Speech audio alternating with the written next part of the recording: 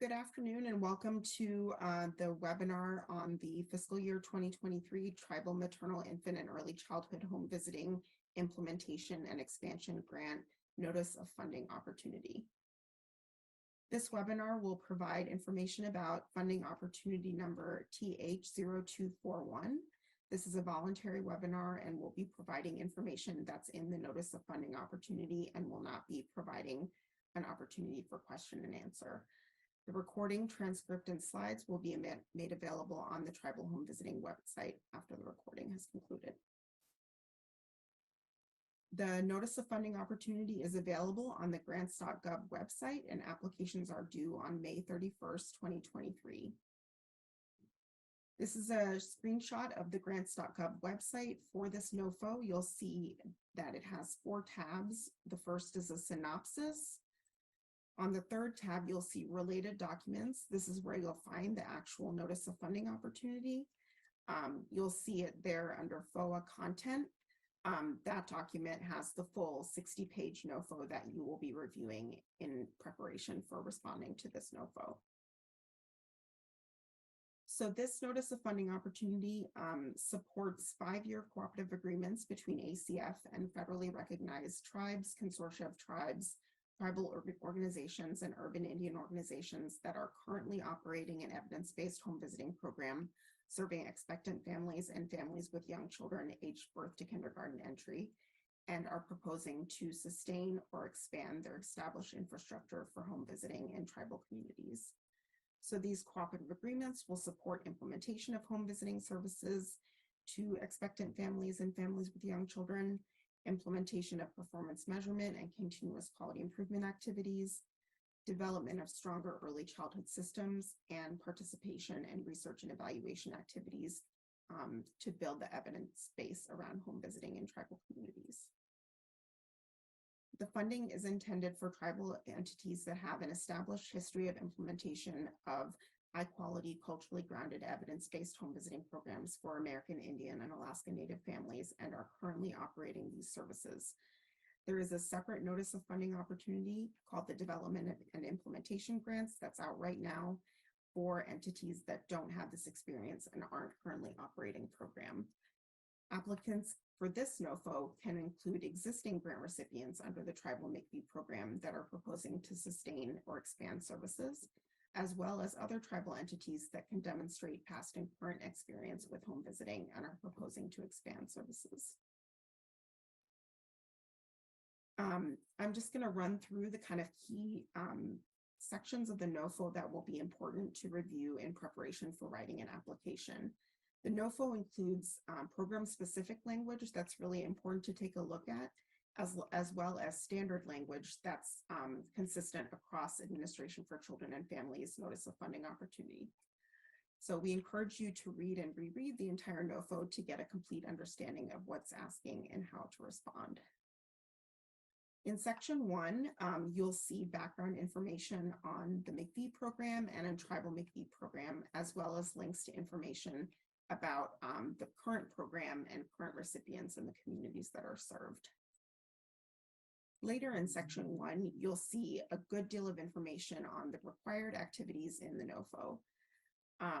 In year 1, recipients will be conducting comprehensive community needs and readiness assessment, engaging in planning activities, including developing an implementation plan and building capacity to implement home visiting services. And this includes both strengthening existing capacity and building any new needed capacity. There is a note in this section that there are several italicized items in this section 1 that are further defined in an appendix at the end of the NOFO. In year 1, grantees under this NOFO will also continue delivery of existing home visiting services. If the grantee is an existing tribal MICV program, these grantees will support continued delivery of services during year 1 with funding from this NOFO, and will be expected to continue data collection for federal reporting during year 1, as well as in years 2 through 5. So the same reporting requirements that are in effect for their existing tribal MICV grant. And recipients who've been funded with non-tribal McPhee funds, because they would not be using new funds to support their ongoing delivery of services, will not be expected to report data in year 1, but will following implementation plan approval and implementation of services in years 2 through 5. And then in years 2 through 5, grantees will be implementing services, conducting performance measurement and continuous quality improvement activities, supporting early childhood systems, and engaging in the learning agenda activities. And all of these are detailed in section 1 of the NOFO. In section 2, we provide more information about the federal award, including this is a cooperative agreement. It talks about the total funding available, the expected number of awards, the award ceiling of 1.5 million, the award floor, and the expected project start date, which is September 30th this year. This will be a five-year project with 60-month project periods, 5 12-month budget periods. This section also provides more information about what a cooperative agreement is, which is a specific method of awarding federal assistance in which substantial federal involvement is anticipated. And this includes technical assistance that will provide benefits to the recipient that might not otherwise be available under a typical discretionary grant program. And as the grant begins, a cooperative agreement will be negotiated between ACF and the recipient about the respective responsibilities. In section 3, we provide more information about eligible applicants under this NOFO, which, as I said, are federally recognized tribes, tribal organizations, and urban Indian organizations, as defined by Section 4 of the Indian Healthcare Improvement Act. And you'll see on page 15 more detailed definitions of what these eligible entities include. And we encourage applications from applicants serving emerging unserved or underserved populations or remote geographic areas, as well as collaborative efforts and interdisciplinary approaches. And now I will turn it over to my colleague, Carrie Peak, the lead federal project officer for Tribal McPhee, who will share with us more about what's required for the application. Yes, we can see it.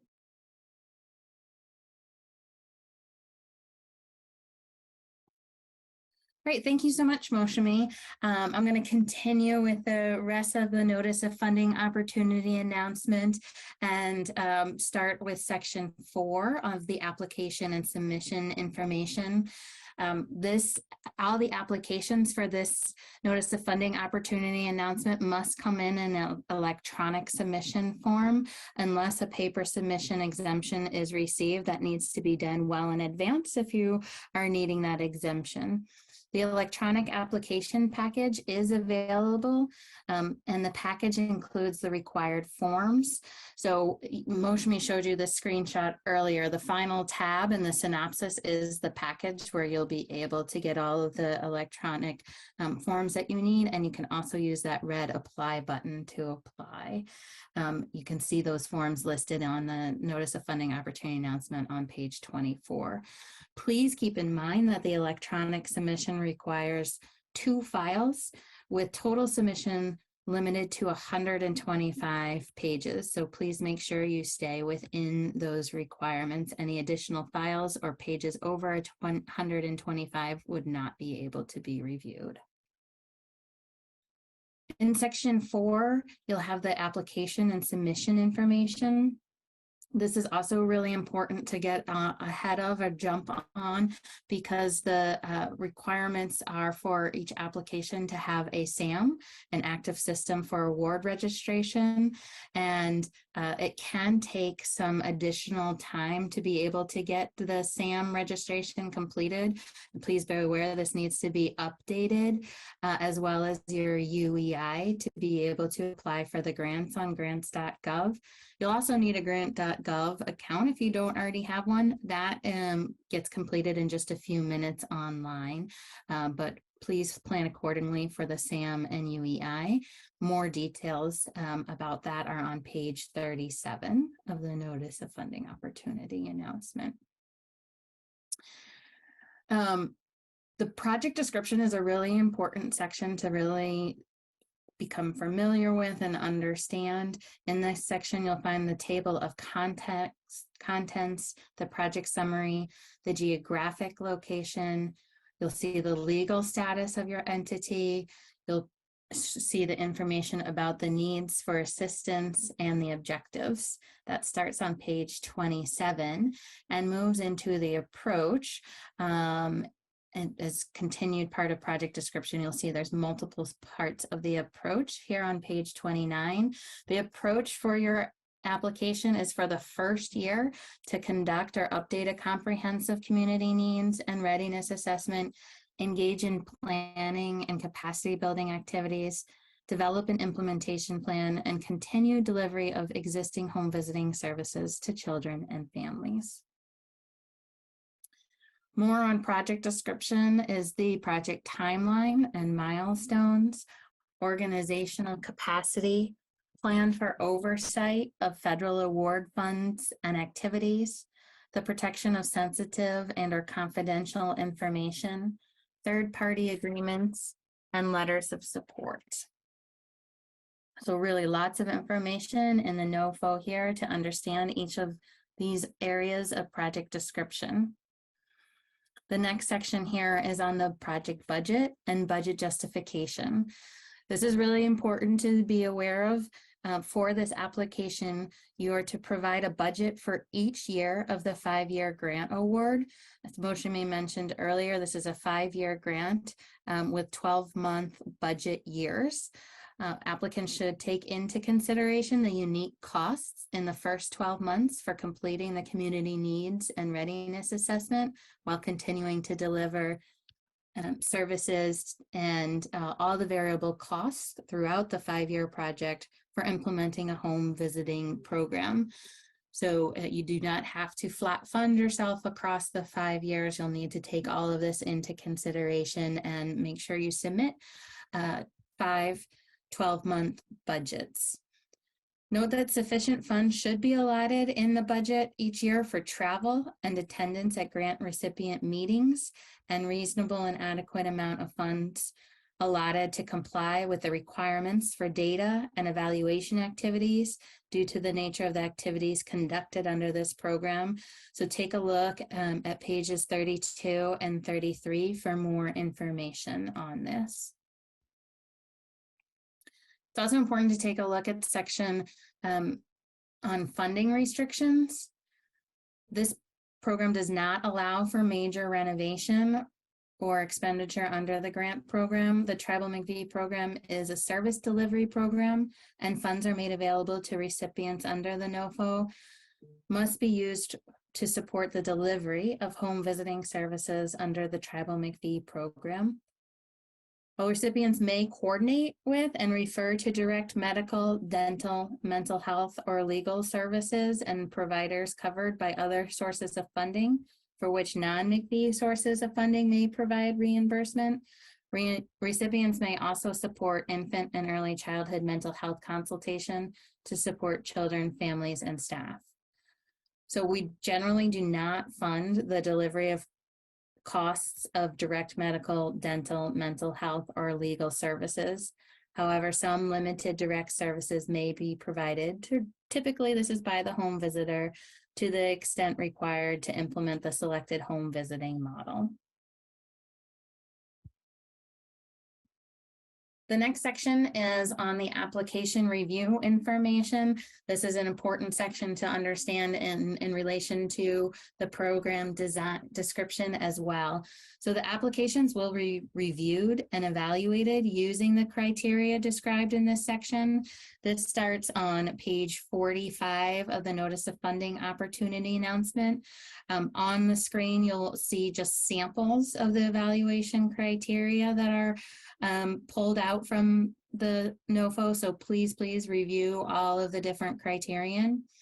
The first section that will be reviewed and scored by peer panelists are the objectives and needs for assistance. This is worth 24 up to 24 points. And one example of the criterion is number 3, that the applicant clearly demonstrates that an evidence-based home visiting program is currently being implemented by the applicant in the proposed service area, and that the proposed project will sustain or expand home visiting services. The next section of the application review information is the approach section. This is divided into 2 subsections. The entire approach section is worth up to 39 points. And the first section is the overall project implementation strategy. This is worth up to 31 points. And a sample criterion here is that the applicant articulates a reasonable approach to conducting or updating a comprehensive community needs and readiness assessment. The second subsection of approach is the community engagement. This is worth up to 8 points. And the sample criterion here is that the applicant demonstrates that it has involved the community in developing its proposed project, including evidence that the community desires and is invested in project implementation, and that tribal leaders, community members, partner agencies, and program participants will be kept informed of project implementation and outcomes. On the next page, we'll continue looking at the application review information. The next section that is reviewed is the organizational capacity. That is worth up to 25 points. A sample of one of the criterion of this section is number 2, that the applicant demonstrates an established and ongoing history of implementation of high quality, culturally grounded, evidence-based home visiting services to American Indian, Alaska Native families and children, including expertise, experience, and organizational capacity to implement services that meet the requirements of this NOFO. The last section that is scored is the budget and budget justification. This section is worth up to 12 points. Please note a couple of the criterion here. Number 1 is that the applicant demonstrates that year 1 costs are reasonable, thoroughly justified, and appropriate in view of the activities to be conducted and the expected results and benefits. And another sample here is the 5th one, that the applicant demonstrates it has committed a reasonable amount of the years 1 through 5 budget to continued delivery of existing voluntary, evidence-based, high quality, culturally grounded home visiting services if the applicant is implementing existing services through a tribal MCV grant. So there's a lot there in the notice of funding opportunity, and we really encourage you to dive deep into it, understand all of the different sections, and be able to write to that and stay within the requirements. There are wealth of wonderful resources that Tribal Home Visiting does have available. The NOFO does have the link to our Tribal Home Visiting website. We're really excited. This just got updated and revamped. If you've not been to it in a while, hopefully you'll enjoy taking a look at it. There's information about Tribal Home Visiting. There are profiles for all the current and former grantees. Within those profiles is information about the program design and location of the grantees, as well as contact information for the grantees. If you're looking to understand more, they're a great resource for you. There's also a wealth of dissemination products that have been developed over the years. You'll see success stories, videos, and issue briefs. You'll also be able to access infographics, and there are links throughout the NOFO about additional pieces of guidance on our website. For any questions about the notice of funding opportunity announcement, you can reach out to our colleagues at Tribal Home Visiting. The Tribal Home Visiting program contact is Farha Marfani, our grant, our writer of the notice of funding opportunity announcement. So you'll see there both her email address and her phone number. And then we also are working in partnership with the Office of Grants Management and the Office of Grants Management Manager for this funding opportunity announcement is David Lee, and you can see his email address there. Very grateful for your time today. We hope you found this useful and wish you all the best. Thank you so much.